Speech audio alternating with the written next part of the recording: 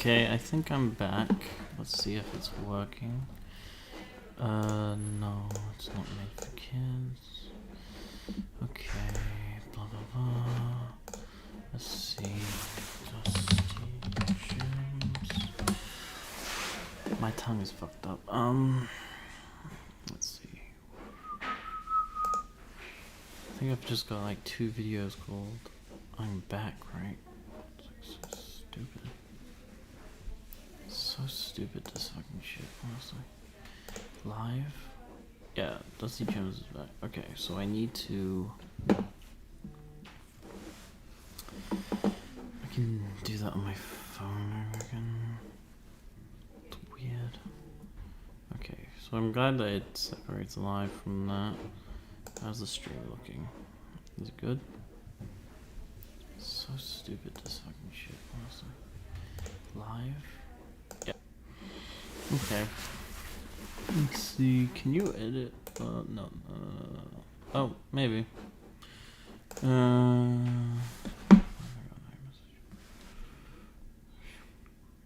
Okay.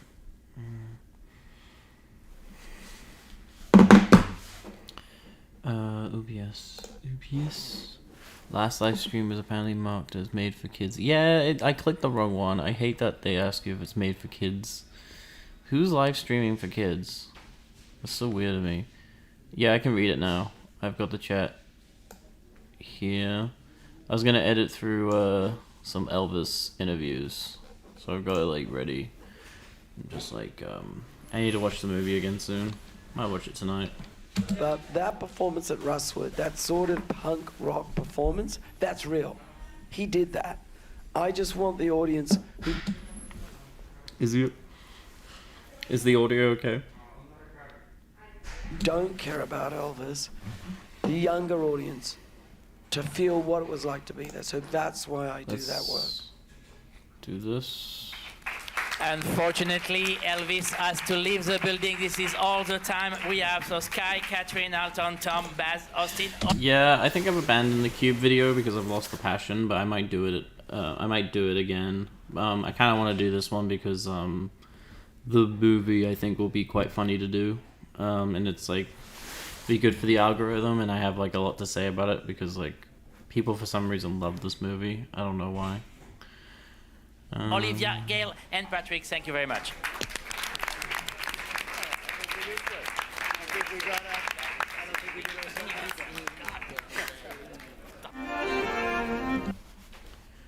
I just need a webcam now. Let's see, how's that looking? I want to go back into the theater with a bunch of strangers and leave with something in common. That's what I want to do. Reverend once told me that things are too dangerous to say. Sing. Baz stages these concerts with full-on audiences and screaming fans, and I want to know how that kind of impacted your performance to have a crowd in front of you. Well, so for one, I was really nervous about that because I'd never performed in front of a crowd before. I never sang in front of anybody except my very close friends before. And in a moment of panic, I called Rami Malek and I was like, "What? How did it feel? What did you go through and all those things?" And he said, "You know, I really, those days you end up feeling the energy of the audience, and it becomes this thing that those will probably end up becoming your favorite days on set." And it was so true. And also the way that, like you were saying, the way that Baz did it. Very early on, we kind of set out to not have these moments where it's shifting between here I am, Austin, and then there's Elvis. So anytime, even when he gave me direction, it was all kind of within the context of what we were, the concert that we were doing or whatever. So Because they are all different. yeah. And so like in Vegas, the way we do it is this curtain comes up, I come out, we do the entire concert, curtain comes down. So the audience every time is getting the feeling of being at a concert. Wow. Yeah, so we weren't breaking it up, and I don't hate Austin Butler. He seems like an okay guy. so it meant that they had the experience of not seeing any illusion broken. Oh my God, that's incredible. You actually gave them a concert every single time. And we did that in Rustwood as well, and So there's always the moment of, Baz calls them supporting artists, all the people in the audience, they're just so, I was so impressed with them. There was girls in the audience with tears in their eyes, and just the emotion that they had felt so truthful. Right. So when I look in their eyes and I'm seeing real emotion, seeing a girl blush and a girl with tears in her eyes, it transcends what you imagine that moment will be. One of the things I found so fascinating about the film is all the times that Elvis was asked to compromise his vision, essentially, and to tune down the show to help the business side of it. And I'm just curious how often you and your collaborators have run into that. No, never. Well, mostly it's kind of like, can it have a happy ending? You know, can you be a little more nice? Why are you so cranky in this movie? It comes around like that, but I've been for a long time in a pretty lucky position in which I get to weigh you eventually have this vote, yes or no. And if you say yes, there you go. And it's really hard to say no sometimes because the people are great. You know, who knows? You get to go to Graceland or something like that. But that's kind of funny. Into that. No, never. Well, mostly it's kind of like, can it have a happy ending? You know, can you be a little Adios. Hasta mañana. more nice? Why are you so cranky in this movie? It comes around like that, but I've been for a long time in a pretty lucky position. Like that, but I've been for a long time in a pretty lucky position in which I get to weigh you eventually have this vote, yes or no. And if you say yes, there you go. And it's really hard to say no sometimes because the people are great. You know, who knows? You get to go to Graceland or something like that. But unless you have an understanding of there is a theme you're going to examine in a very specific way. If they're not going to let you do that, then you have to say no or fight tooth and nail in order to get what you want. And I've done that a couple of times. I think the financiers have given up on that one with me. They've given up on it. Like a lot of people have given up on that with me. I mean, it's not, listen, Sean, I'm not arrogant about it. Like, I genuinely, I decide to make things, I hope, that have relevance now. But Do you think Buzz Luhrmann has Botox? His face looks so stiff. also will be relevant in the future.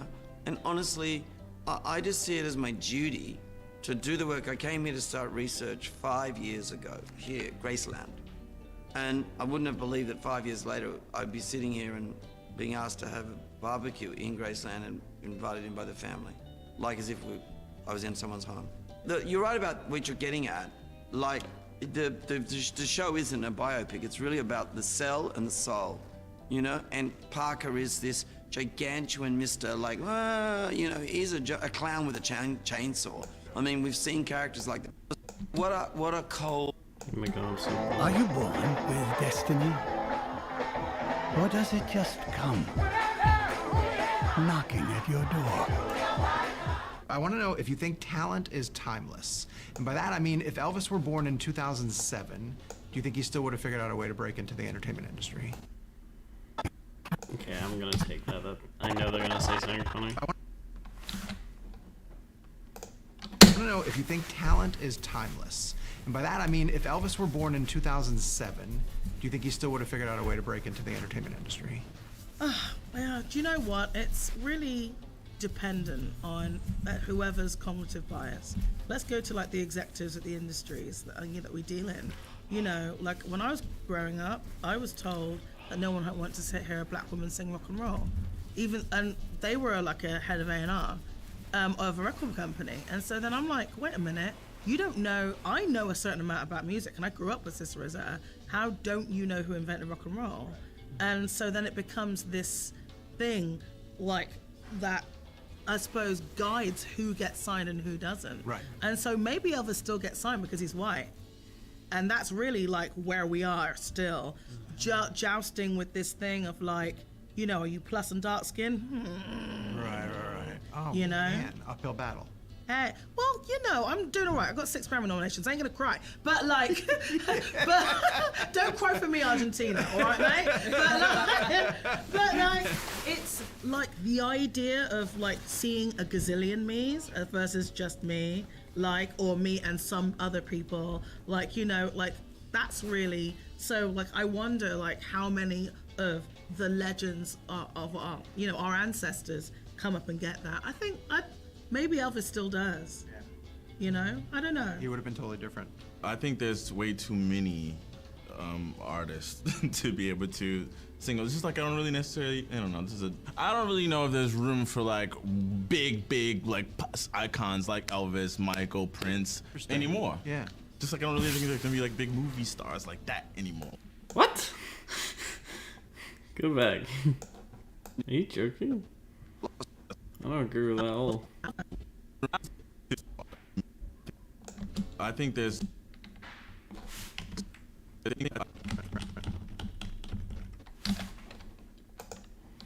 I think there's way too many artists to be able to sing. It's just like I don't really necessarily, I don't know.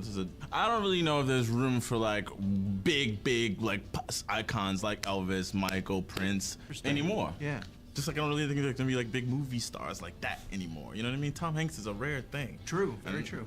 Austin might break it through though. I'll tell you that much. He's giving us a run for his money. He's got the magnetism That's real. to make it happen. Yeah. If Elvis were born in 2007, would he have still figured out a way to break into? Yes, I show think business? absolutely he would have, because it's a. He's got the magnetism That's real. to make it happen. Yeah. If Elvis were born. Maybe I can use that in the future. No more big stars. Movie stars like that anymore. You know what I mean? Tom Hanks is a rare thing. True. Very true. Austin might break it through though. I'll tell you that much. He's giving us a run for his money. He's got the magnetism That's real. to make it happen. Yeah. If Elvis were born in 2007, would he have still figured out a way to break into? Yes, I show think business? absolutely he would have, because it's a transcendent moment. And I think you can look at any number of artists right now who have that one thing in common that Elvis had, is that they go some other place when they start performing. You know, and I think there was certainly times later on where maybe Elvis didn't care too much. And maybe when he was, you know, recording the 17th setup on Bossa Nova Baby and, you know, in Fun in Acapulco, maybe he wasn't putting everything into it. There is an aspect of, you know, time and place that is undeniable. But if we had never seen Elvis Presley and never seen that representation of a guy interpreting rhythm and blues or rock and roll with this kind of like physical abandon, much less the quality of the and voice of the timbre, I think everybody would just say, who's that guy? And he would be the same sort of forbidden fruit. Yeah, I mean, talent and circumstance. I mean, the reason that I asked certain artists to tribute during the credits, and I hope the audience watched the credits, like when Eminem, I mean, talent and circumstance. I mean, the reason that I asked certain artists to tribute during the credits, and I hope the audience. Oh, I'm gonna include that. Circumstance. I mean, the reason that I asked certain artists to tribute during the credits, and I hope the audience watched the credits, like when Eminem made the song The King and I, that's Eminem going, I relate to Elvis's journey. I had a similar journey. The circumstances of Elvis growing up, dad going to jail, the shame, ending up in the black community, you know, Beale Street, friends breaking segregation laws, all that journey, all that. Yes, there's always going to be some child with some broken heart seeking to have unrequited love, unconditional love, and do something, whether it's a funny joke, they're funny, or they can dance, or they sing. Whatever they do, and love comes across the footlights, and they grow and they get better and better and better. But it comes back to your first question. Eventually, someone's going to start giving them money for that. And then someone's going to give them more money for that. But then someone's going to be going like, but if you do this, you'll get more money. And da-da-da-da-da. And they're just a human being. And it's going to tear them apart. That story is going to happen again. But the profound uniqueness of Elvis's life, a 42-year life, that seems like it was 100 years. I do. I should title this Eminem mentioned, because that song is like really bad. I do think talent is timeless. In the way that Van Gogh didn't really sell a painting until after his death, you know, it's all within the context of how people are perceiving things as well. Right. I should have my notes here too. Do I have Google Docs? Google Docs. Yeah. See if my Elvis notes are here. Notes for Elvis. Okay. Fuck my life. Here we go.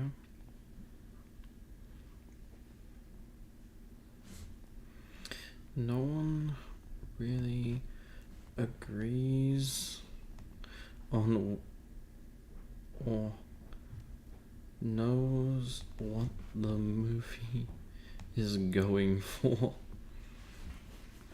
Yeah, that's all I'm hearing. All I'm hearing is that they don't really know what they're doing or what the movie's about.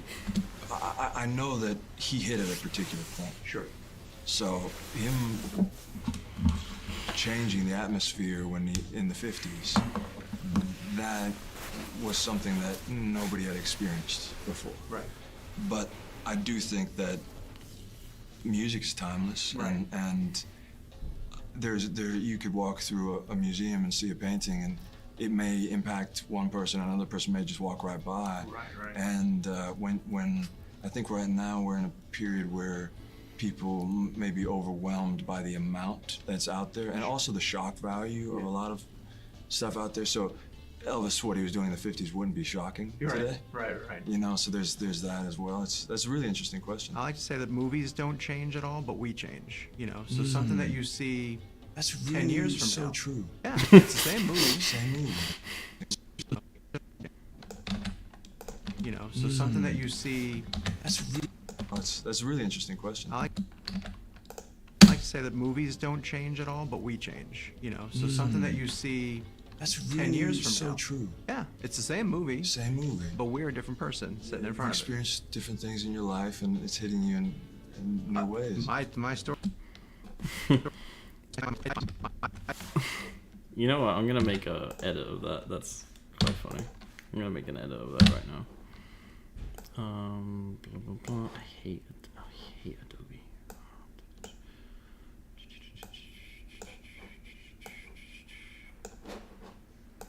Let's see. Synecdoche, New York, in a poster. Synecdoche, New York.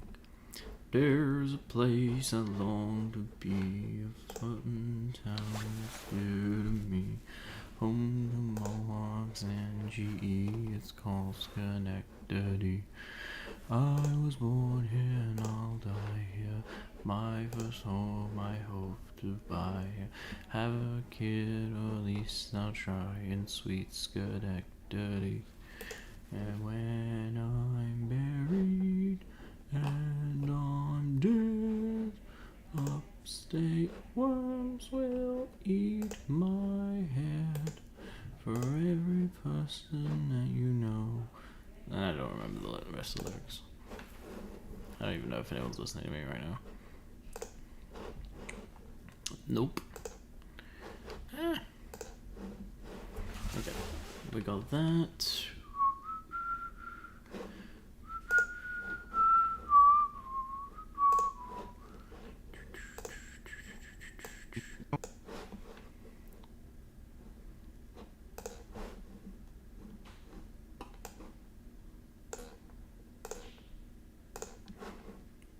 This could be funny.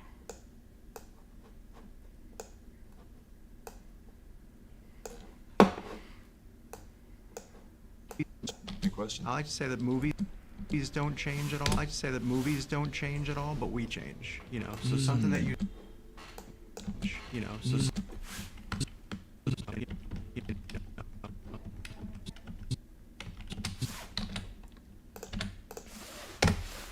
something that you see That's 10 really years from so now. true. Yeah, it's the same movie, Same movie. but we're a different person sitting in You front of it. experience different things in your life, and it's hitting you in new ways. My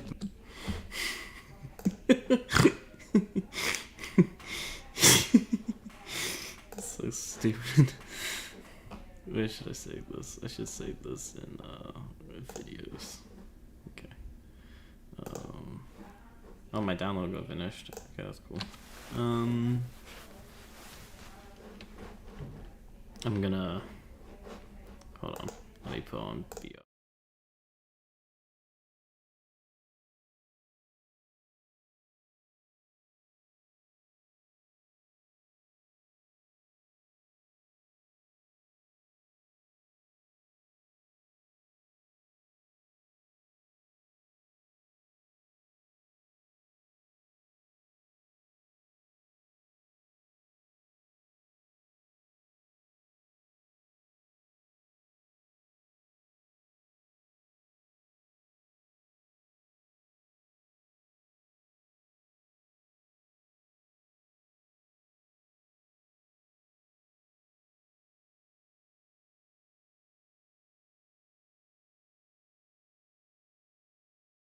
Oh, sorry.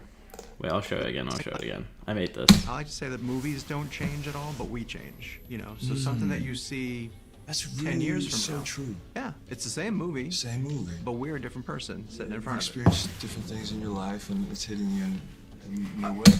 Okay. Let me put on my BLB because I have to.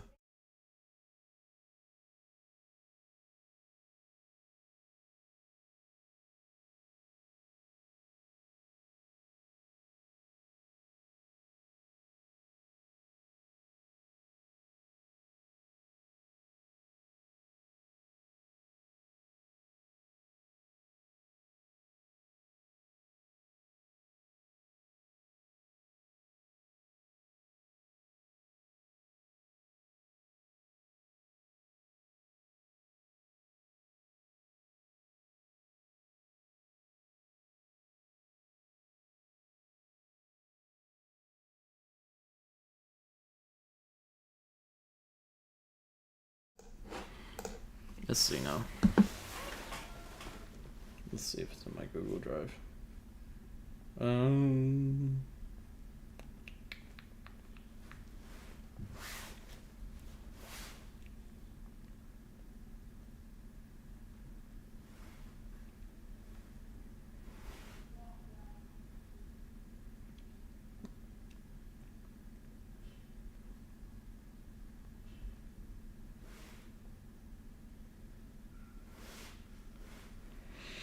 Let's see. I may as well play more of this because I gotta listen anyway. My story, I'll wrap on this, is I saw Finding Nemo when it was in theaters. Yeah. And then when it came to home video, in that time, I'd found out I was going to be a father for the first time. And it was a totally different movie. Oh my God, It was man. completely different. So art changes. You like that. That really is beautiful. Senator Kennedy has been shot. Martin Luther King has been shot to death in Memphis. There are moments in the film when the act of entertaining gets disrupted by real life. You know, assassinations and tragedies that happen. And in the moment in the film, it almost suggests that like art is frivolous. Like this Christmas special that Elvis is working on doesn't amount to what's going on. But you don't think art is frivolous, do you? Well, I wrote a song called Diamond Studded Shoes, and it's about the previous Prime Minister of the UK, Theresa May, and how she was delivering a little story about swiping meals out of the hands of babes whilst wearing diamonds in her heels. You know what's funny? The whole "he's white" quote in the movie is totally belongs on the subreddit Not Tim and Eric, which is a really good subreddit. Which, you know, it's a bit rich, to be honest. And like, and so like I've always kind of put the two together. It's like a call to arms for everyone else on Earth, all the other humans, to go, you know, stop riding us all the way to the bank, please. You know, like I've always had that element of like trying to have a higher purpose to what I'm doing, be it in galvanizing of people, of working classes, of like people from like a rainbow coalition of people. That's definitely what my crowd looks like. Right. My fans look like every part of Earth. Amen. It's cool. It's so cool. I feel bad. She's British, and I don't know who this woman is. But yeah, and so like a film, and I think I just watched like Judas and the Black Messiah. Oh, yeah. And that whole kind of idea of just like bringing everyone together is like a really great thing. It's a really great mission and purpose. And I think music every revolution has a soundtrack. Well, you have to, I think that art has to take into account some aspect of the zeitgeist that's going on. Sometimes the taking into the zeitgeist, that means let's do something so totally different that this has truly, and everybody knows this has no connection to what's really going on. Much like the carnival on the edge of town. You know, the lights are on, the Ferris wheel is set up, let's go see the elephant, and let's have a great night for a night or two, and then we'll come back and deal with all the problems in town. You know, the plumbing doesn't work, and we don't have a good bus, we don't have a good bus system. But the other time I think is you have to, and I think Baz did a great job on this, is understanding the racial divide that was extremely cultural in between when Elvis first fell in love with music and by the time he's got the Sweet Inspirations up on stage with him in Las Vegas. There is something there that you had to pay some attention to. Otherwise, I think you lack a brand of authenticity that I think is the whole point of being in cinema in the first place. People do what's inspiring them. Otherwise, I hope they aren't doing it. And I think it comes down to the individual. If they don't find that there's some purpose in it, then there probably is none. If someone's forcing them to do something, that's a different story, Yeah, and I think a Christmas special, if someone's trying to make money off and you don't want to do it, then probably not best. Not the best idea. Yeah. It seemed, watching the movie, that Elvis was photographed constantly and that there was a lot of footage for Austin to look at and maybe get some ideas, but I wasn't quite sure with B.B. King how much was even around available for you to take a look at, archival footage. Wouldn't that be something to research before you ask this question?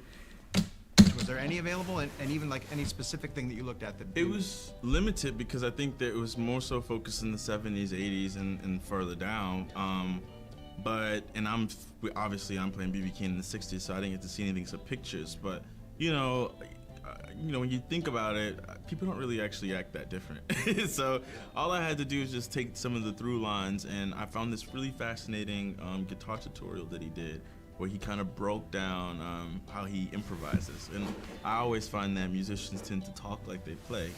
And so I kind of got a lot of inspiration for, speech pattern and where he found something more tender, or, it kind of slows it down. Because in a song you can listen to it, but there's something about the way he explains it. He gets really excited about a certain note or a certain bend. I don't know. And I was like, oh, this is where the pocket sits in certain conversations. So yeah. Does that pocket exist with acting too? Oh, absolutely. I think, well, I don't know. It's interesting. There's a musicality to it, and I tend to I'll pull from anyone. Like, say I met you, and I was like, man, I really like, I like the way he talked, and I like the way he, nodded, and the way he looks when he's listening. I was like, I'm gonna take that, and then I'll put it in a movie and apply it to a different character. Okay. You're like, uh-oh. I want credit. I want residuals. Got a good lawyer? Yeah, no, or is I the do colonel not. got your back? Yeah, God, that's so true. I wish you well. That's so true. How much Little Richie was available, and what did you? Is there a piece of it that you saw that really said like, oh, now I kind of figured out who he is?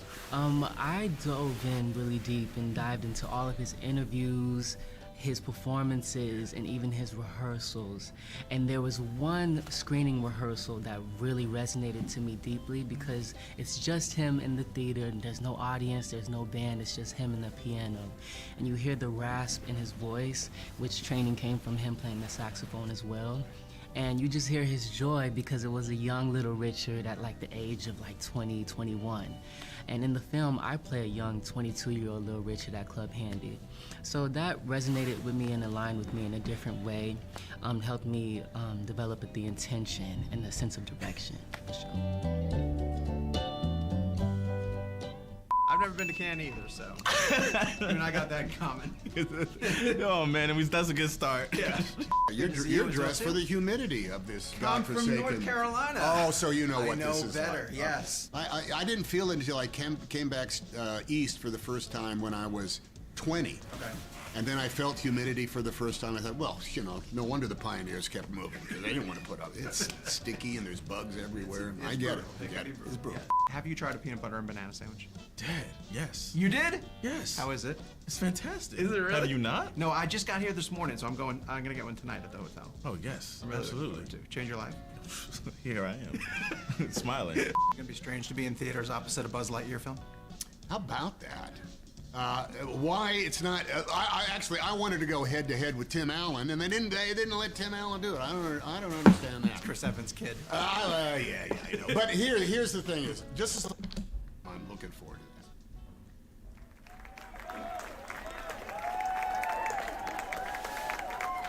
this. He's quite a shabby dresser, really, isn't he? It's a very important part of the story. This early relationships with different singers from Beale, and no singer. I was at Beale the first night we came 48 hours ago. Went down there, Beale, and I saw the B.B. King, and I saw a picture of B.B. King's Big Red, the bus that he used to go round in, and that was such an important part of the movie. You'll see that. But I had to find an actor who could truly embody like the spirit of B.B., and that's Kelvin Harrison Jr. And Kelvin wears shorts in the film and right here in Memphis.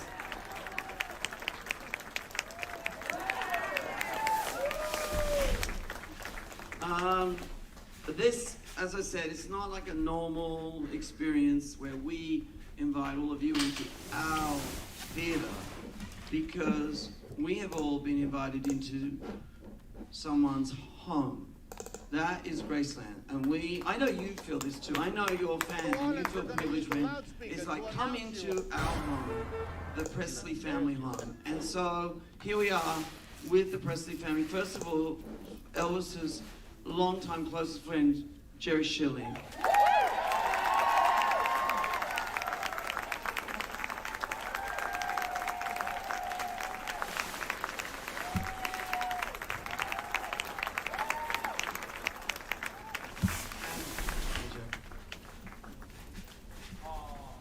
We have had such a journey.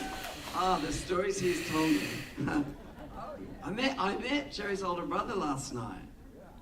Yeah, the first sheriff of Memphis who gave Elvis the first badge.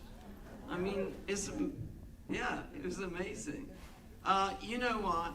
We have been hosted. It's changed, this journey, and we've been hosted so warmly and kindly. I can't say enough about how embracing Priscilla Presley has been. Thank you, Priscilla. Please come and join us.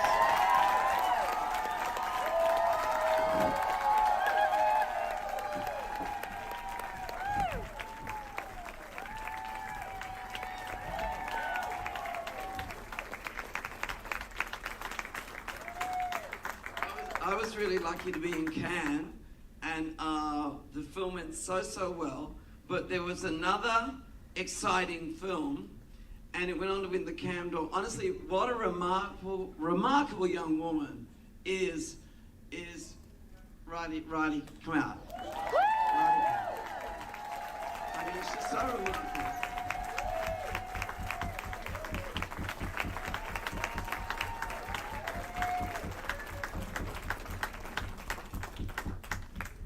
And then, finally, because last night was truly a family night, the whole family was there, and we felt family. We felt family. And Lisa Marie, would you come out?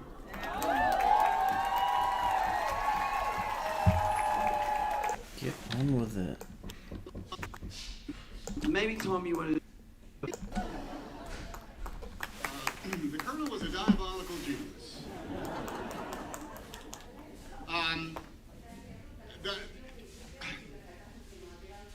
We visited the home of the King last night, and you all have too, I am sure. It is a place that is, I think, as hallowed as any president's home, any museum dedicated to a particular type of art.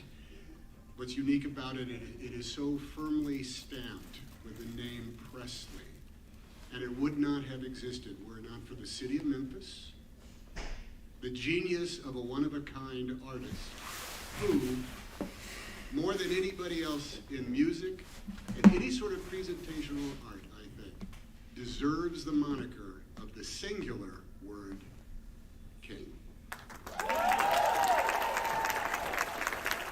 I won't get it wrong, but I always have to thrust Austin out there because I just feel like we should say at least a couple of things. Just.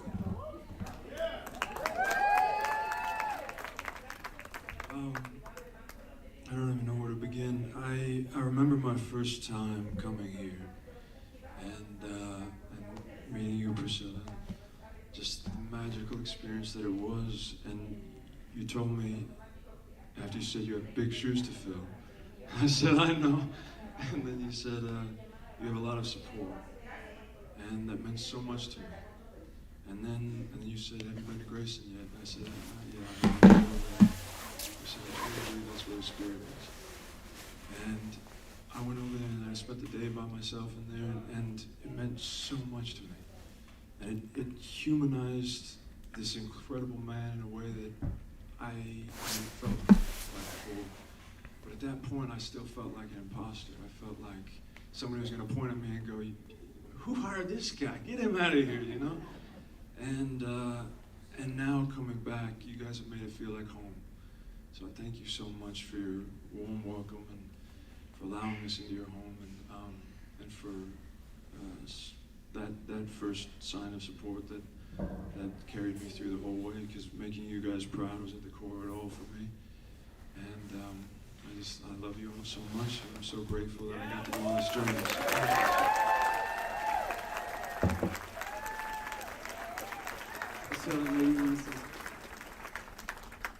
Wow, Austin, I knew that you had a lot of potential, but little did I know that you wiped us all out, and Elvis morphed himself into you, and you played it so beautifully.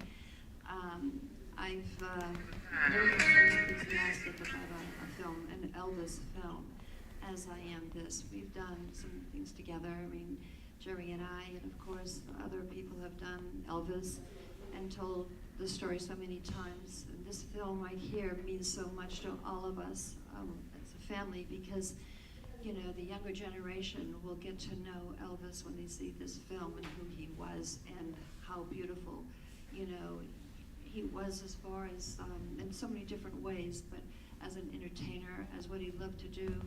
And the story is, of course, between him and Colonel Parker. It's never really been told before. It's been talked about, but never been told this way. So I just have to thank you, Baz, for your choices of, of course, playing Elvis, and Olivia playing me. Thank you so much. Made me look good.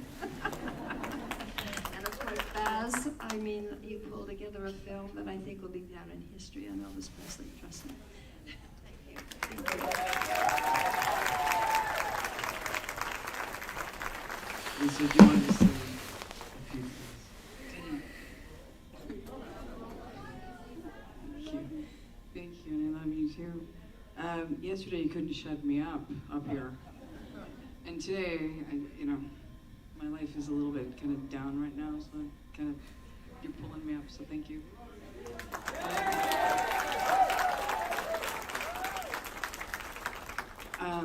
I'm so proud of this movie. I really am. Not much, to be honest. I haven't really left my house for the last 2 years, unless it has to do with my children. So to get me to leave California and fly to Memphis and be here, aside from coming to visit my son, it's a big deal. I truly, truly believe in this film. I'm so proud of Baz. I'm so proud of Austin. I can't tell you enough how proud I am of this film and how much I have to support it. I just have to. And I really hope you feel the same way. I really do. Yeah.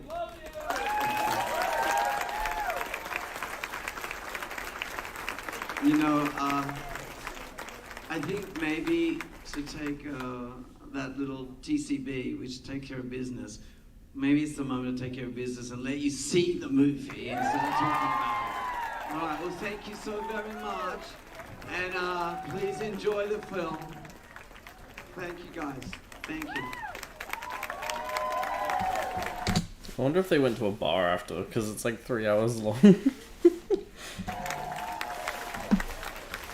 And at the end of the film, I'm going to come back because A, you can't get rid of me, and B, maybe you got some questions. So I'll come back, and if you want to hang around till after the credits, I'll answer some questions. I'll see you then. Enjoy the movie. Bye. Good evening, everyone. Welcome. Thank you so much for being here, ladies and gentlemen. Elvis is in the building. Thank you very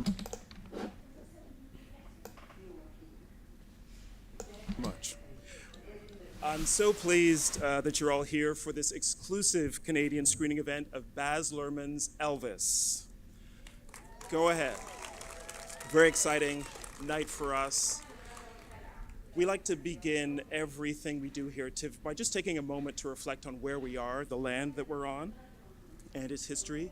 Here in Toronto, we're located on the treaty lands and territory of the Mississaugas of the Credit and the traditional territory of the Anishinaabe, the Wendat, and the Haudenosaunee. And this territory is within the lands protected by the Dish with One Spoon Wampum Belt Covenant, and is home to many First Nations, Inuit, and Métis people. And we at TIFF are grateful to be working on this land.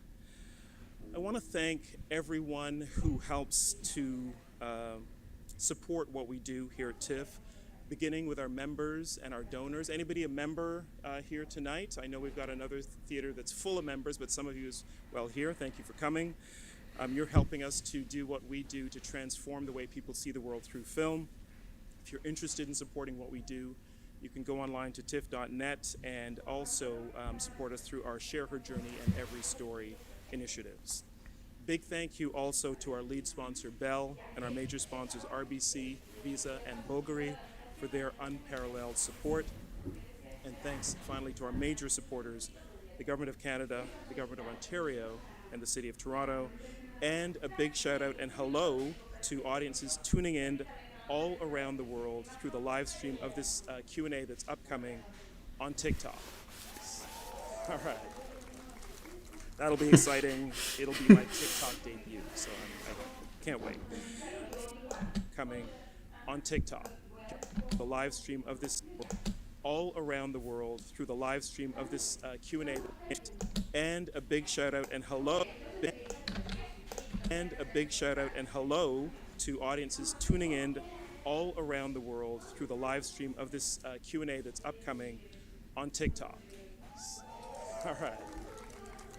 That'll be exciting. It'll be my TikTok debut, so I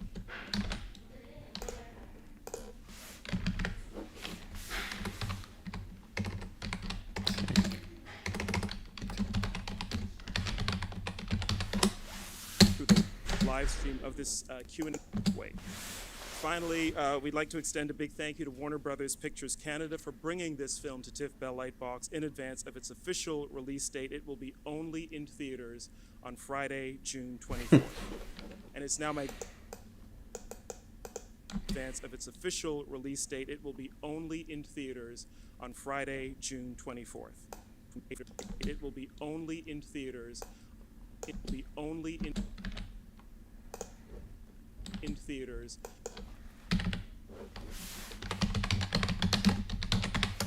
Film to TIFF Bell Lightbox in advance of its official release date. It will be only in theaters on Friday, June 24th.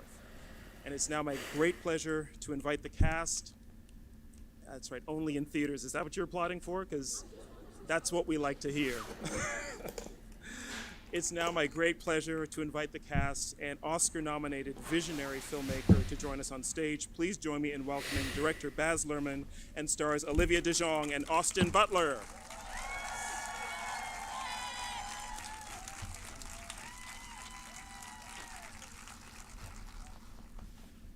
Hi, thanks so much.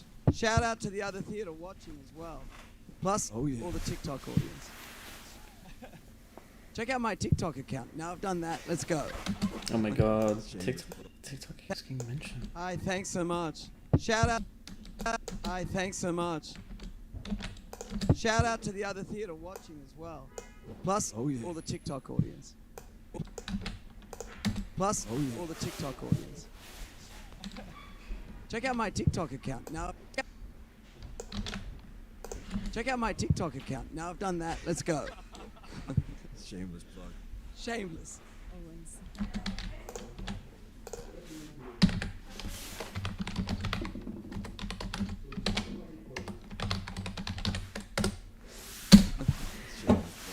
Shameless. Well, I'm glad you have a TikTok account. I'm still getting up to speed on that, but It's awesome. I love how connective it is with the audience. I really do. Elvis was such an incredible talent, but also a product, as you show in the movie, of all the media around him, the music industry, TV, his movies, all of that. When it came time to creating this icon in this film version, what was the challenge in showing us what Elvis truly was, you know, amidst the swirl of all that media that made him? I mean, I think a lot of younger audiences who have seen it immediately go to the cautionary tale of fame and all of that media. It's funny, we're talking about TikTok, we're talking about the ability to... TikTok mentioned We're again. talking about tale of fame and all of that media. It's funny, we're talking about...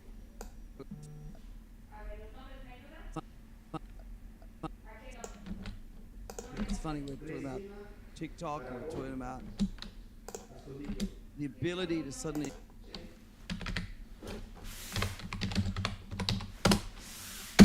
TikTok, and we're talking about the ability to suddenly be the incredible amount of attention that can be on you very, very quickly. Now, the journey I went on was a journey where I started researching in Graceland. I was in Graceland a couple of days ago, and I arrived there 5 years ago. And for 2 years, I was, you know, not just doing academic research. I had an office in the back of Graceland, but I also meeting the people that met Elvis. So it's kind of was going and doing the journey of Elvis right back to when he was born, you know, born of a twin, the shame of the father going to jail. I'm gonna make a coffee.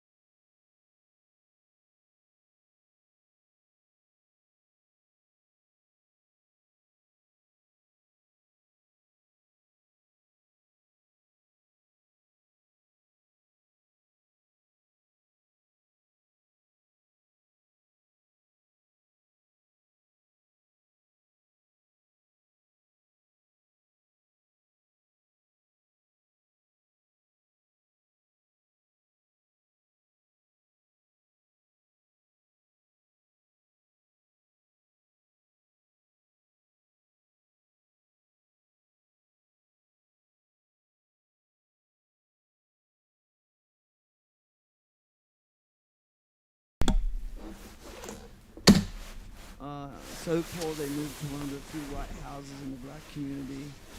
His relationship to the black community, his relationship to black music, Beale Street, all of that journey to give context and to show the journey of the human being. So I think what happens is, of course, the other half of the film is about Colonel Tom Parker, never Colonel, never Tom, never Parker.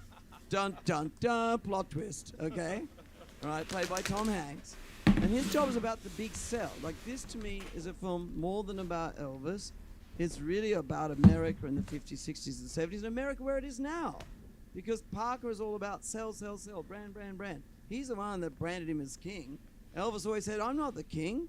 Look, you know, he says, Fats Domino, come over here. This is the real king of rock and roll. So this thing of a gifted and sensitive human being with a gift to put emotion into song and grabbing that person and selling that person and branding that person and ultimately in the end the control of that person, and there lies tragedy. You do all of this research over such a long period. You know Elvis and his family and his story intimately. Then you get to the point of casting Elvis and casting Priscilla. And I wanted to ask you about what went into those decisions that led you to Austin and led you to Olivia. And I want to hear from you two as well about the process of actually taking on these roles and finally winning the approval of Baz Luhrmann to play Elvis and Priscilla. Yes, casting is not for any actor. It's a very sensitive experience. So I don't do that. I don't do standard auditions. You know? People don't walk in my door, I go like, okay, next, not so much, goodbye, or amazing. It doesn't work like that. I make films so rarely that I consider any actor who walks into my door, it's a privilege for me. And what I do is I am going to make you get the role. And I'm going to learn something about this script by having different actors, different performers read the material or work on the material as if we were trying to explore it. So that's the process I go through. Having said that, the process of casting this role was completely unexpected and has never happened to me before and probably will never happen again. I can say it with Austin in the room now, but we'll get a videotape. Well, I said videotape, sounds like from 70s, right? That's how old I am. Yeah, a videotape, you know. And, yeah, you know, on my, you know, space, whatever. I mean, you know, technology me. Anyway, there's this guy, this young guy. When do I think I'll put this video out? I think in like... I don't know. I don't know. It'll take a while. The movie's long. It's like 3 hours long. Gula, if you need to watch it, put it on your movies to watch this week. Then we can talk about it. I'm gonna watch it again tonight. I saw this movie in theaters because my spouse loves this movie, and my spouse is gonna hate me when I make this video. And I thought it was at a white piano, but I exaggerated. So, anyway, he's crying up to the heavens, and he really is like, I felt like I was watching some intimate moment. It turns out it was an intimate moment. Maybe Austin can talk about that later. But that tape, I said, Bruce, I have to see that. It is true that Denzel Washington rings and said you're going to meet a young actor. Yeah, but are you gonna watch it this week? You have to make time for it, man. Make it your going to sleep movie. The movie might help you go to sleep. It is that boring. Who has like a work ethic like no one. But I think it's true to say that when Oz came in, he was already down Elvis Presley Boulevard. And what I mean by that is he'd already started working on sound and voice and movement. And he came in, and I only remember that I have the weight of, number one, I've researched the story. So I know the journey of the human being. Not for some people, the icon, the god, and for a certain generation, the guy in Lilo and Stitch, you know? Like, I told you. This is like the most boring part of the process, was watching all this interview crap, because they all talk out their ass most of the time.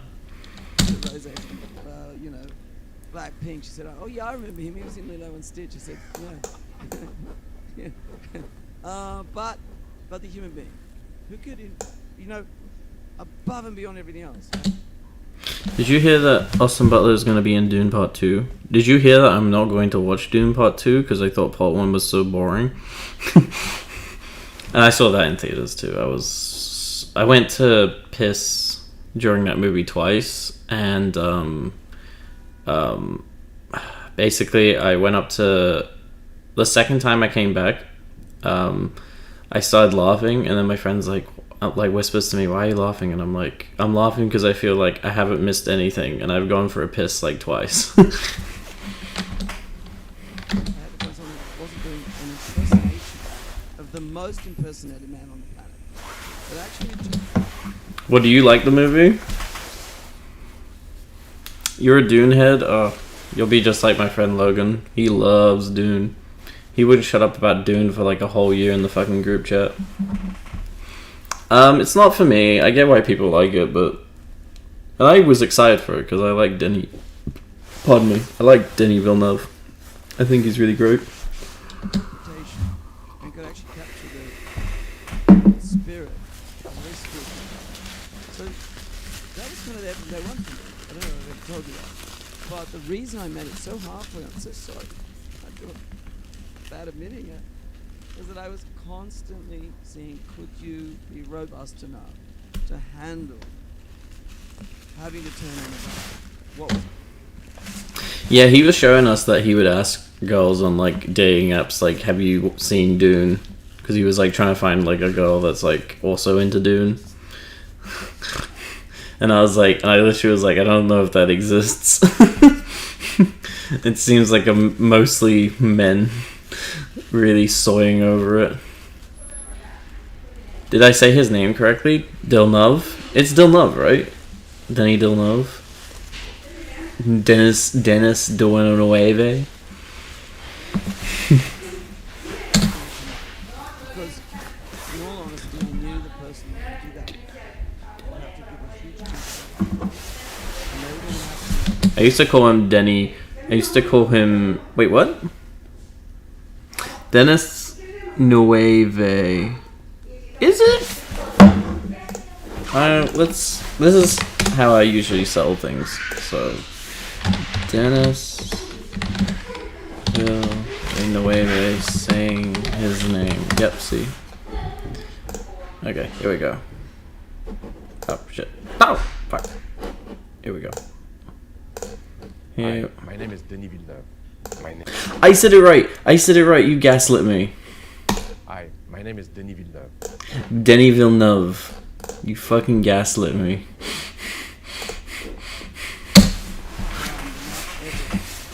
the Hamlet of the musical artists to actually achieve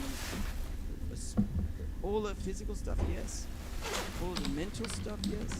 His real name is Denny Willy Nuvi. Denny Willy Nuvi. And then it was such a big call. And then I don't remember, you probably remember it, but to me, I just remember it just went on. Now, Priscilla. I try with everyone's name to say it correctly. I still don't know how to say Hanky Chan like Michael Haneke or Mikhail Hanukkah. Michael Hanukkah? Michael Hanukkah? Hanky Chan? One of the two. I think Hanky Chan's better. What's very important to know is that the Presleys, they don't dictate to me what's in the script. They don't get any money out of the movie. They're not connected to the estate in that way. Of course, I wanted to meet with them, and I did. I met with Lisa Marie. So it was quite helpful in the booking. Ryan, fantastic. Winning Cameron, what a powerhouse of a person. But then we shot in Australia and the COVID estranged us. I didn't see them for 2 months. And Priscilla was quite concerned about what I was doing with her life and her husband's life. So in the casting of Priscilla, it's different. You're casting someone who's actually living. And I needed someone also as a player who could go from this kind of... Zac Efron was in this movie, but he didn't do any tour stuff from the looks of it. That's kind of funny, right? very...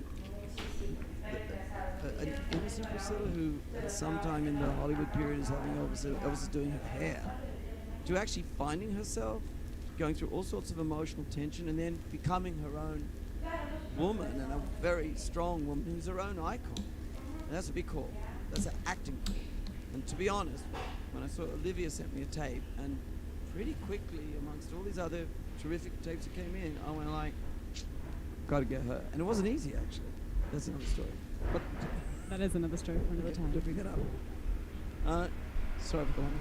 No, that's great. It's great insight into that whole process. Maybe I'll start with you, Austin. I don't know why, but I hate this guy. He dresses like a film person. There's like a uniform, and he's in it. From your perspective, how did that story go in terms of becoming the man who would play Elvis for Baz Luhrmann? So I heard that Baz was making it, and then as soon as I heard it, it's one of those things where there was a couple of things that had happened in the month prior that I never had people tell me you should play Elvis any time in my life. But the month prior, I heard it 2 times. But it's the type of thing where obviously that opportunity, but it's such a far reach. It never seemed. I didn't know Baz was making it. Then I get a call after that month that Baz is all the hairs on my arm stood. I've had so many moments like that in this process where I just go, oh, this feels like the stars are aligned or something, you know? And so I heard Baz was making the movie, and it still seemed like it.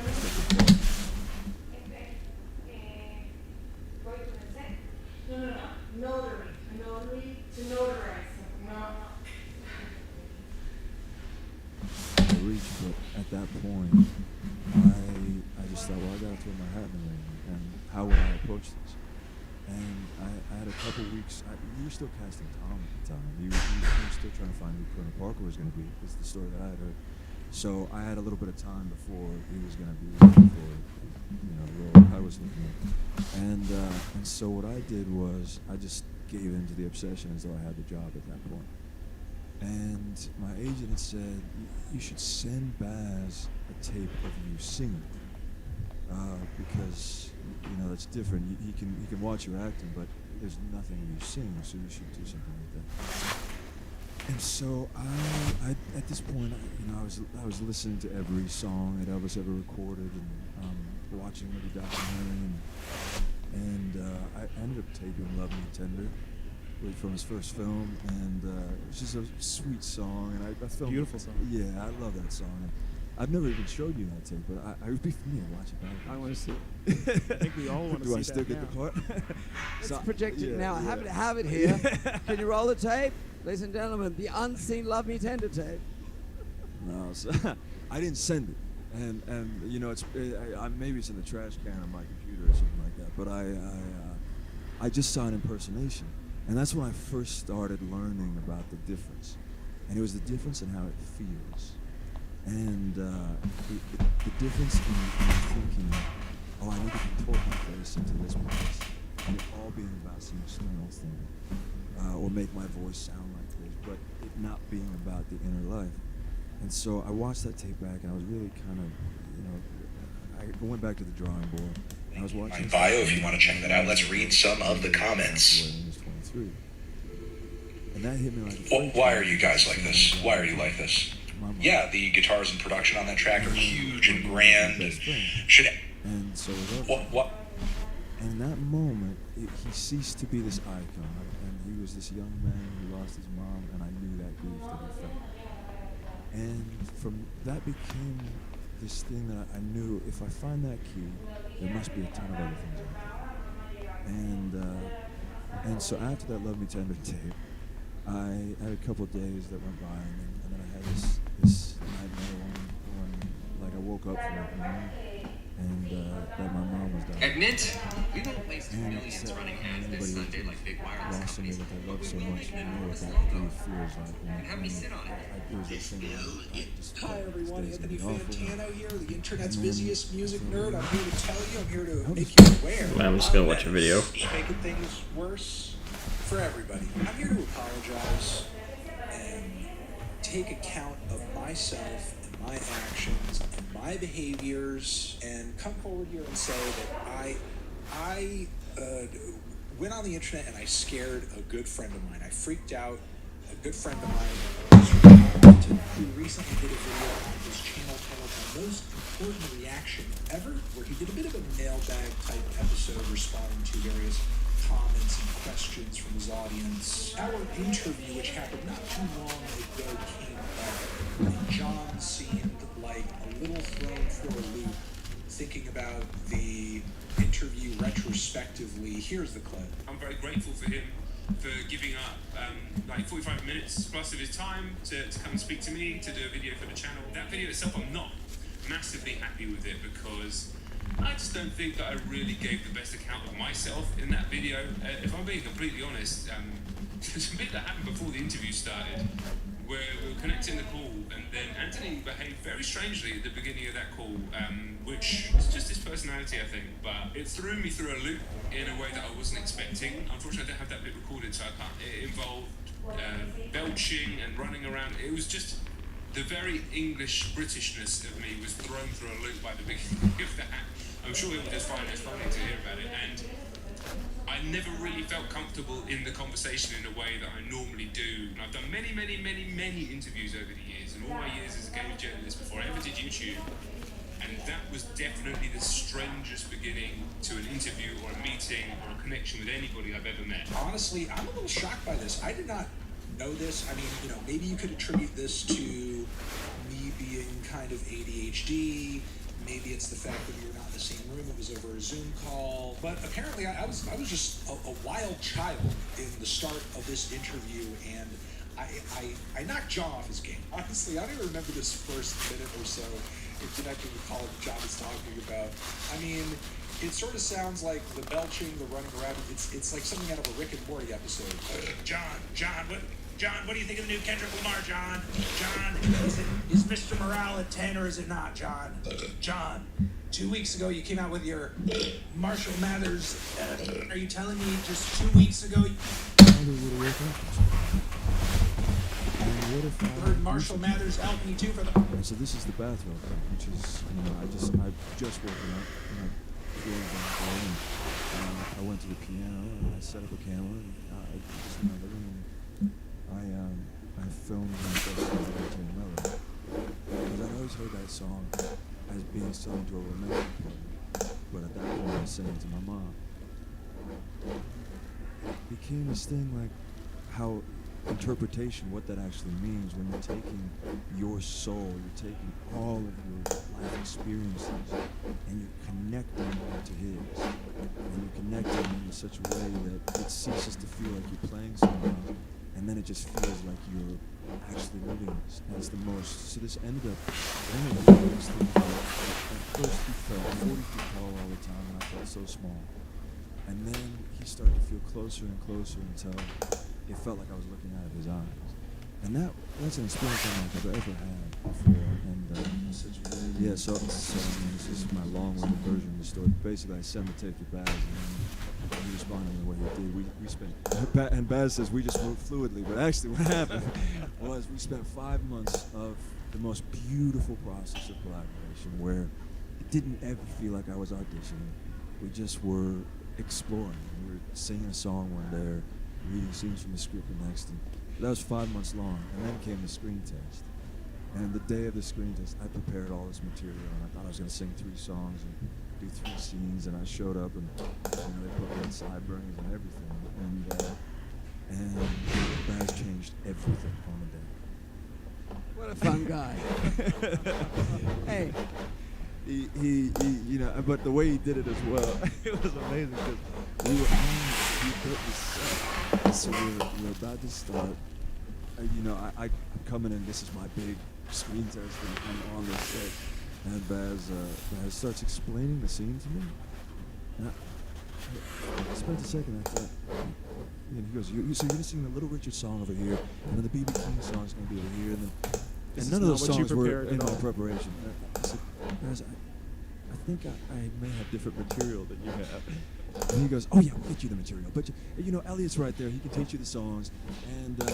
And starts explaining the scene to me. I never got the material. Instead, as I'm learning the songs, he goes, "Roll the camera," and they start rolling the camera, and then we ended up moving fluidly into it, which, in the moment, is terrifying. You feel like everything is going wrong. You feel like this isn't what I prepared. You know, I'm going to fail. And then the rest of the screen test was the same way. But it became this way that I learned so much from it, because you do all the preparation, and when you show up, Baz is like a jazz musician, where it's all about the improvisation of the stimulus that's happening right here, and it pulls things out of you never knew you had inside you. So I owe Baz so much for that. Thank you so much. That's amazing.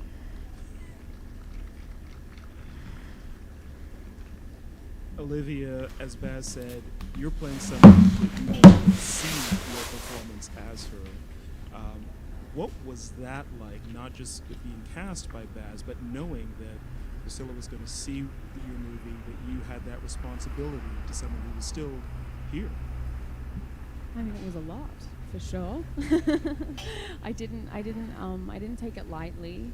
I definitely grappled with this idea of wanting to, you know, bring something truthful to my interpretation when you get to see it. So boring. I understood it. I've got a question for you from TikTok as well. This is from Jacob K. Oh, TikTok got mentioned again. Throughout my process of shooting the movie, throughout my process of, you know, Austin, I've got a question for you from TikTok as well. This is from Jacob K. I've got a question for you from TikTok as well. TikTok again. From TikTok as well. This is from Jacob K. How was it learning the iconic Elvis moves? I think you did, okay. The thing is, we talk about the moves, but again, that's the external thing. It's most amazing.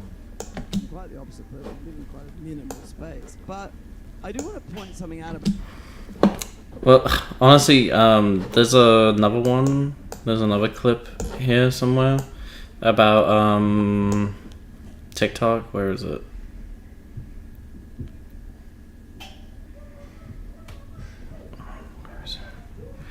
Rock and roll. Did I clip it? Is it here?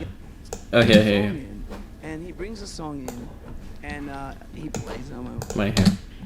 from the get-go. At that moment, by the way, I decided that we had to replace all the early Elvis voice because you couldn't use the recordings. So someone. No, that's not it. Yeah. And in fact, I just had to put out an early screen test on TikTok. See, he put out a screen test on TikTok.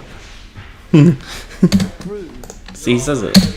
And in fact, I just had to put out an early screen test on TikTok to prove that Austin was actually singing all the early Elvis. And the crazy thing is that the family didn't know. So Didn't know what TikTok was. That's what they meant. Okay, I'm watching that. Hold up. Till the end of 1976. Fans continued to praise her elegance and discretion, and Elvis's cousin, Billy Smith, has praised their loyal connection and how Linda kept Elvis alive. Her tweet is especially strong because she rarely openly speaks on the Elvis estate's business, which is currently controlled by Priscilla.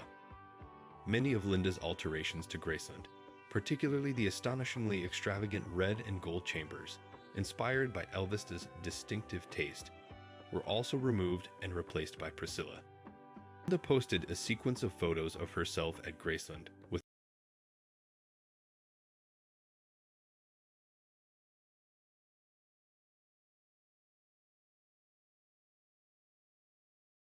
the caption, "No one can ever take away your knowledge of the truth. Your memories indelibly etched forever. Your significance and importance in the lives of others. Carve out your own accomplishments and know your place in the world. No one can ever take that away from you. Carry the dignity of authenticity and wear it like a crown of honor. Your history and the grace in which you handle it is your legacy. Every component of the message is filled with meaning concerning her time with Elvis and can definitely be linked to her removal from the film. The images she chose have a very specific and personal value for her. Linda, who composed a classic Whitney Houston ballad about her time with Elvis, is depicted standing in one of Graceland's major rooms downstairs in front of the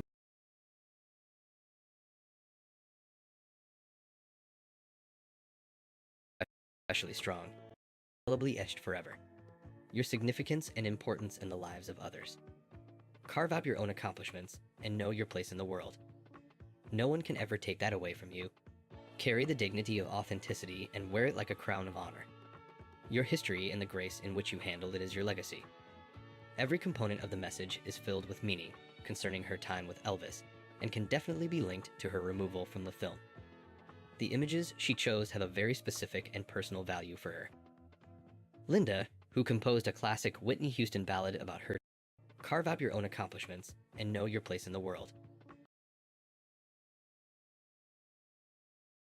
No one can ever take that away from you. Carry the dignity of authenticity and wear it like a crown of honor. Your history and the grace in which you handle it is your legacy. Every component of the message is filled with meaning concerning her time with Elvis and can definitely be linked to her removal from the film. The images she chose have a very specific and personal value for her. Linda, who composed a classic Whitney Houston ballad about her time with Elvis, is depicted standing in one of Graceland's major rooms downstairs in front of the renowned stained glass doors. Regarding the interior, she stated, "I designed the stained glass peacocks leading into the music room, the climbing roses, and pea stained glass at the front door. I also decorated the downstairs rooms and the jungle room. All according to Elvis' unique taste, of course. Really rarefied memories were made at Graceland. Those downstairs rooms became just as famous as the location of so many crazy nights with friends, especially when Elvis would sometimes shoot one of the TVs in the gold, white, and black lounge, complete with matching gold bar. Many of the original decor were changed when Priscilla decided to open Graceland to the public, usually reverting to the more tasteful and muted style Priscilla liked. The extraordinarily lavish red and gold chambers, about which Linda stated that Elvis adored the color red, theatrical flair, and the odd, were totally redecorated, but they can still be seen in her own archive photos. The iconic jungle room, which Elvis simply referred to as the den, complete with stuffed animals, remained undisturbed, as did the one-of-a-kind games and pool room, with its distinctive fabric-covered walls and ceiling. Elvis and Linda were genuinely in love, but they split amicably when it became evident that he would never be able to modify his womanizing tendencies and settle down into domestic normalcy. They stayed close, and Lisa Marie, who had grown up with Linda since she was 4 years old, immediately phoned her on the day they discussed a famed song, particularly in the representation of the star's final years. Elvis did not curl into a fetal position and give up on life in her place in his history.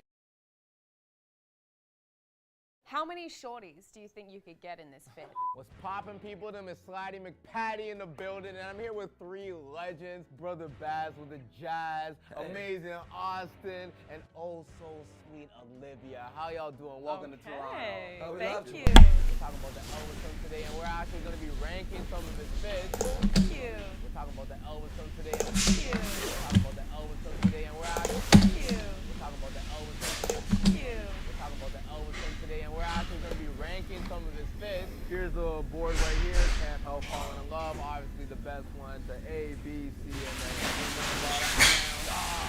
you know what I'm saying? So I'm just going to give it to you right away. So the first one, you guys can know this one. Christmas special. That's the greatest. All right, so where would you rank it? Let's go number one. Yeah, number one, okay.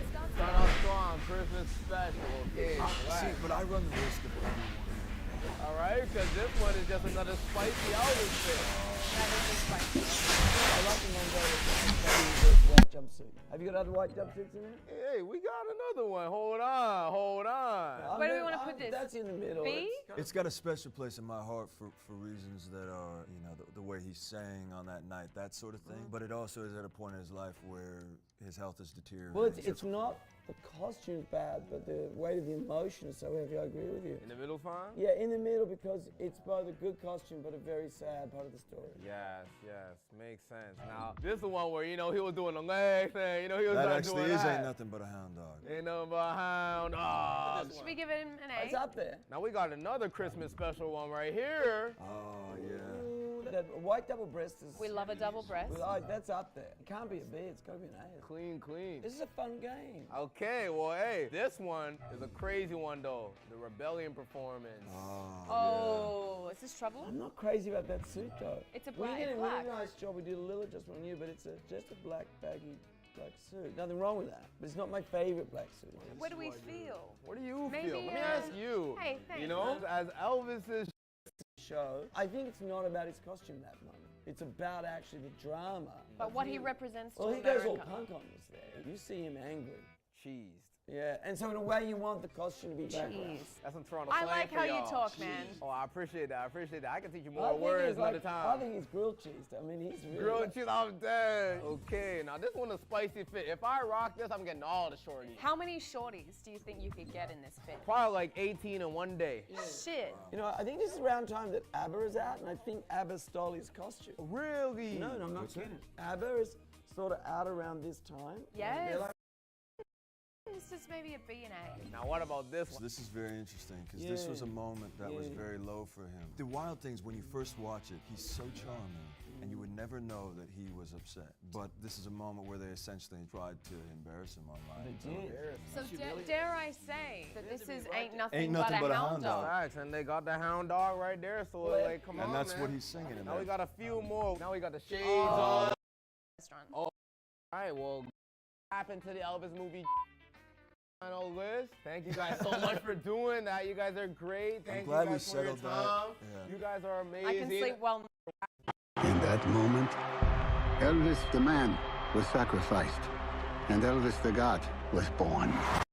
These moments that felt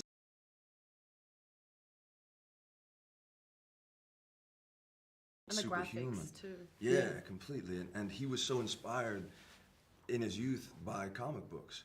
And you know, him being raised incredibly poor and feeling this desire for the ability to be able to take care of his parents and to break out of that and live the life of two people, being a twinless twin. And there's so many aspects of that.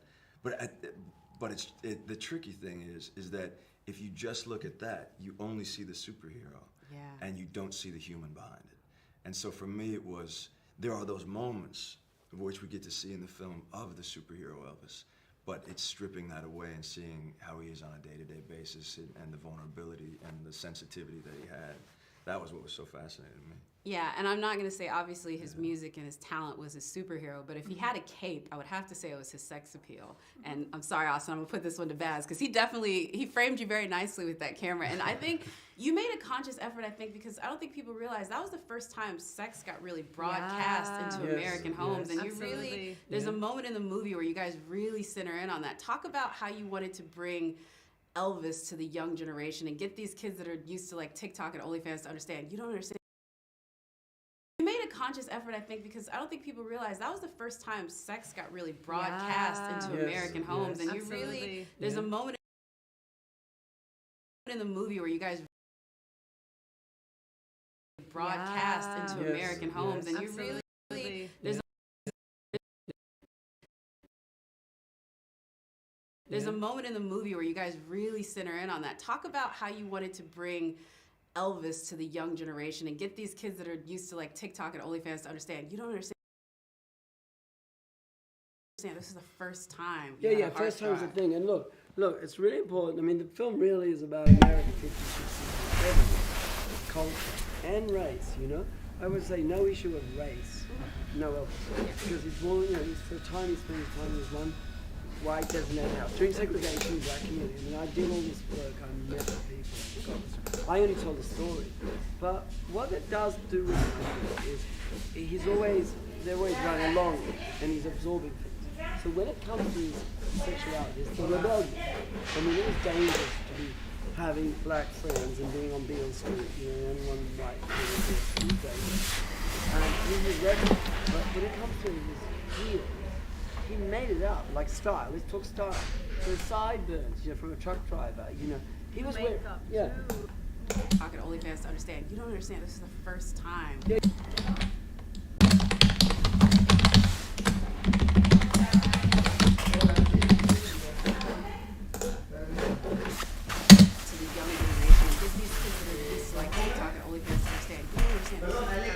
TikTok does get mentioned a lot in this. It's really weird. Actually, I want to know, did Doja Cat Elvis interview? Did she talk about Elvis? Did she talk about Elvis? Should I download this? Don't forget to subscribe to the channel. Video, I express how I am not fond of this Elvis project for Doja Cat and Sway Lee due to his inappropriate relations with young teenage girls around 13 or 14, as well as grooming behavior. Oh. I have the article linked down below. And you know what? I realized that artists signed to labels don't have full control of their careers. They have some say, but just not a lot. Doja Cat expressed in 2021 about feeling pressure to do Ish. Doja has... But she okay, that's funny. She never did an interview about Elvis. What's this shit?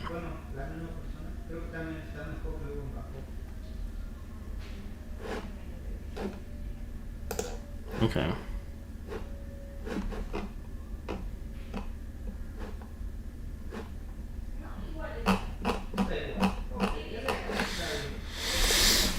Let's see if I can find an article. Doja Cat Elvis interview.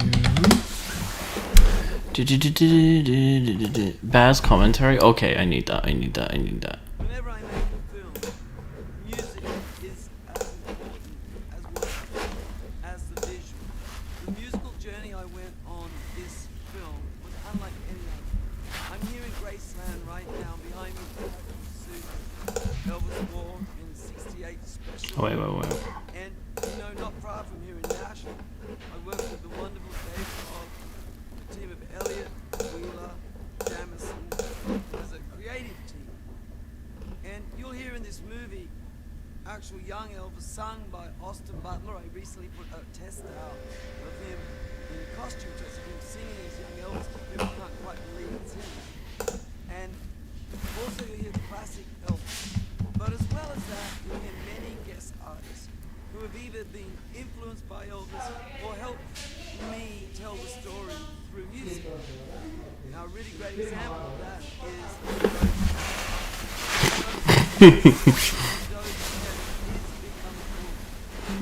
when you hear Big Mama Thornton sing "You Ain't Nothing But a Hound Dog," the actual language of it says something like, "You ain't nothing but a hound dog. Now don't you go out and expletive around and come back and scratch at my door and expect expletive with me. You can bleed it out of here." So how do we translate that? There's what it was, but how do we have our audience today understand what it actually meant? And Doja and her producer Yeti have done an amazing job, I think, of translating that into a rap that we layer over.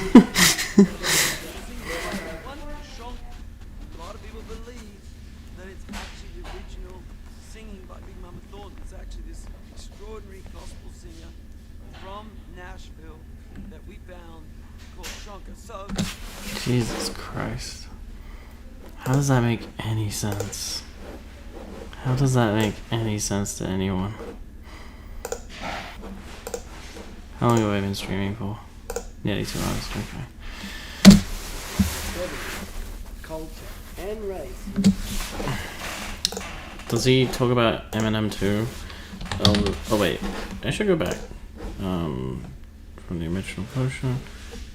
Doja Cat shuns Elvis with Big Mama Thornton. What? Is this video useful?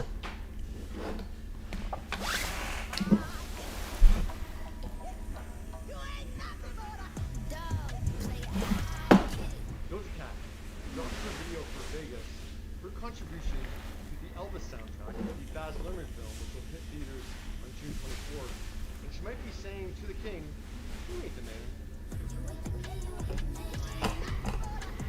The video features Shaka Dukure and Trace the singer. The song on the Elvis soundtrack isn't using Elvis's version of a song. But a couple weeks ago at Cannes, that's In America in the 50s, the 60s, the 70s, the relationship between the self and my spirit. There's been a debate around, what Elvis stole, what he took from Black Beauty. Okay, I don't care. I just want like reaction to song being having a song on Elvis. No, I don't. Fucking articles these days.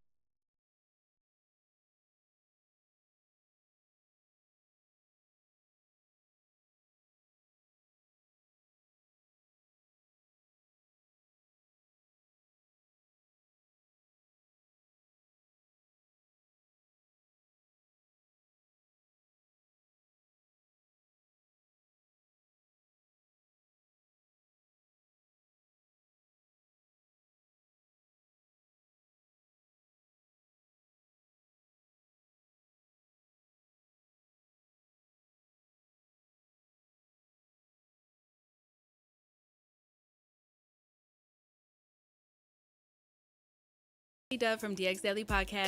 Presley was allegedly heard saying, "The only thing a black woman can do for me is buy my records and shine my shoes." But the rumor had no factual basis. During a 1957 interview with Jet Magazine, Presley denied saying anything of the sort, explaining at the time, "I never said anything like that, and people who know me know I wouldn't have said it." Even so, the hip-hop community historically rejected Presley as any kind of king. As Public Enemy's Chuck D famously rapped on the 1988 single Fight the Power, from It Takes a Nation of Millions to Hold Us Back, Elvis was a hero to most, but he never meant ish to me, you see. Straight up racist that sucker was, simple and plain. To which Flavor Flav added, "Mother F him and John Wayne." Elvis was a hero to most, but he never meant to me. Is he straight out racist? The sucker was simple and plain. Eminem, who is undeniably hip-hop's most successful white MC, is also Slim Shady shared his new collaboration with CeeLo Green. Perhaps used it as a tool to combat school. Kids came back on some bathrooms. Now I call a hater of a day, cause they mad because when he's telling me second to his black roots, and claimed he could never hope to equal the musical achievements of Fats Domino or the Ink Spot's Bill Kinney. But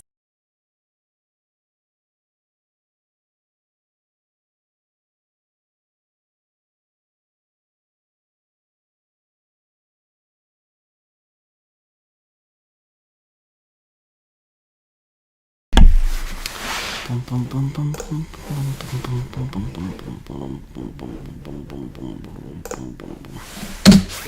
would say no issue of race. No, because he's born, he's for a time he spends time in his one white designated house. During segregation, black community. And I did all this work, I only tell the story. But what it does do with him, I think, is they're always running along and he's absorbing. So when it comes to sexuality, it's the rebellion.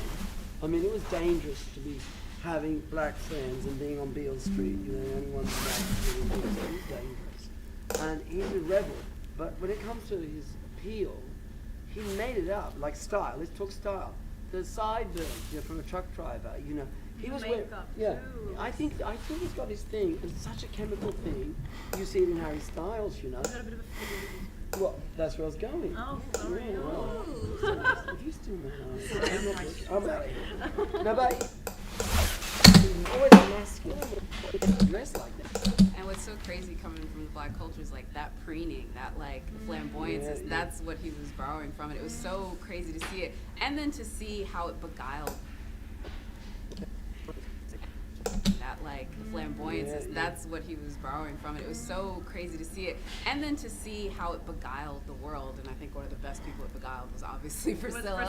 and that, sexy. and you know what I mean? And obviously just took her essentially from that place of just, you know, keptness of growing up in a military base. I was a military kid and I did that. Right. What was it like talking to Priscilla about that? Because I can only imagine what it was like for her to be so sheltered and then get thrown into the spotlight and then everything that happened afterwards. Absolutely. I mean, we unfortunately during the shooting didn't get to touch base, just, you know, with COVID, and it was tricky.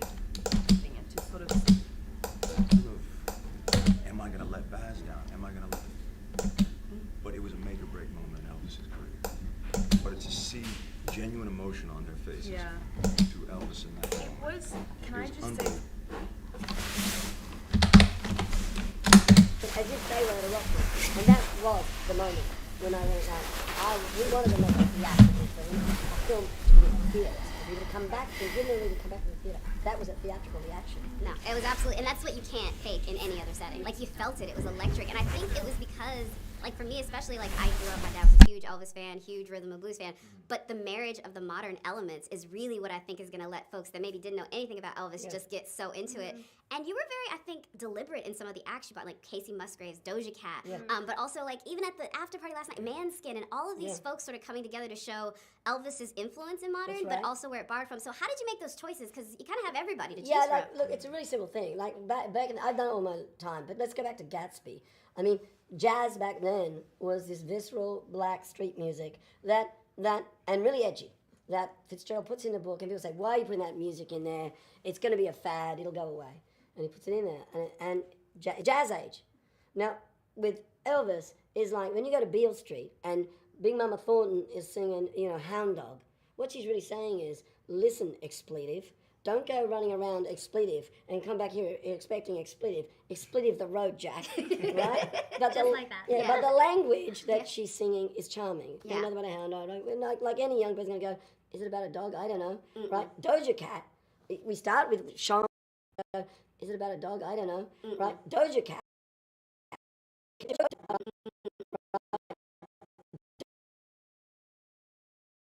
Doja Cat, we start with Shankar, that's a whole other story. Brilliant, singing gospel in the churches we're recording in. Would you like to come and play Big Mama Thornton? Yeah, blessings. Would you like to come and do a record with Doja Cat? Blessings. Would you like to come to Coachella and come and have a giant silver robot? Blessings. You want to be in a clip with, you know, Doja Cat? Coming soon. Blessings. You know, right? But she's not Big Mama Thornton, Doja Cat. She's translating the language so that a younger person gets what Big Mama Thornton's singing about. So it's the same device. And I don't do it a lot. There's a lot of classic Elvis. Austin sings the young Elvis. There's real Elvis. But there is this translation device so that you not only understand what it was, but more importantly, what did it feel like? Yeah. And I'm glad you brought up the voice, because that was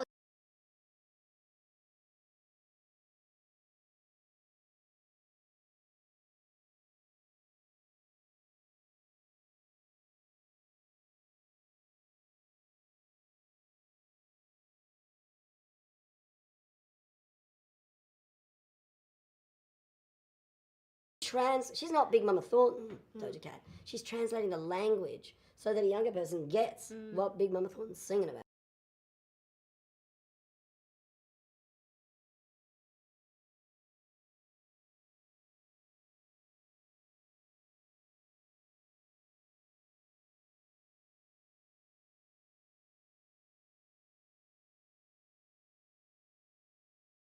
So it's the same device. And I don't do it a lot. There's a lot of classic Elvis. Austin sings the young Elvis. There's real Elvis. But there is this translation device so that you not only understand what it was, but more importantly, what did it feel like? Yeah, and I'm glad you brought up the voice, because that was the part that sort of blew me away, because a lot of the footage that folks have seen already is the very performances that's in the trailer. It's what we got to see at CinemaCon. It's literally what has lit everyone up from the minute they've seen this film was coming. And then when I found out that was you singing, I kind of lost it a little bit more, because I know we've had a lot of recent sort of biopics of similar ilk, but not every one of them does that. I will just say that. Even, you know, the ones where they are singing, they're maybe doing it in a magical realism sort of way. You literally had to give that performance. So the voice, both the speaking voice, the idiolect that you had to do, but also the voice that you had to sing in, because it's just so, any wrong note, it can be SNL, right? Yeah, that was, I'll tell you, that's one of the things that woke me up every day at 3 in the morning, and I couldn't go back to sleep, because it was this feeling of I don't want to let this down, and so I'd start listening to interviews first thing in the morning with him. You're talking to I'd yourself. talk to myself. You saw me do that many times.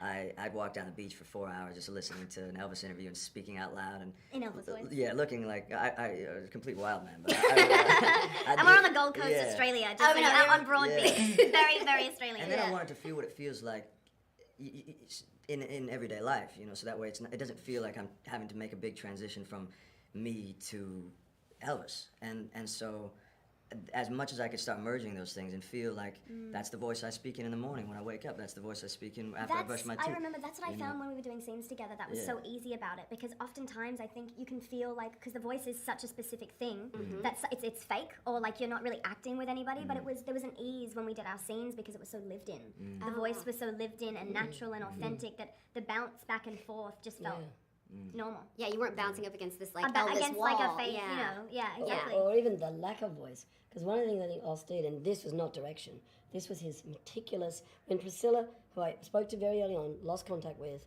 was a little bit understandably skeptical. Could Austin, what are they going to do with my husband?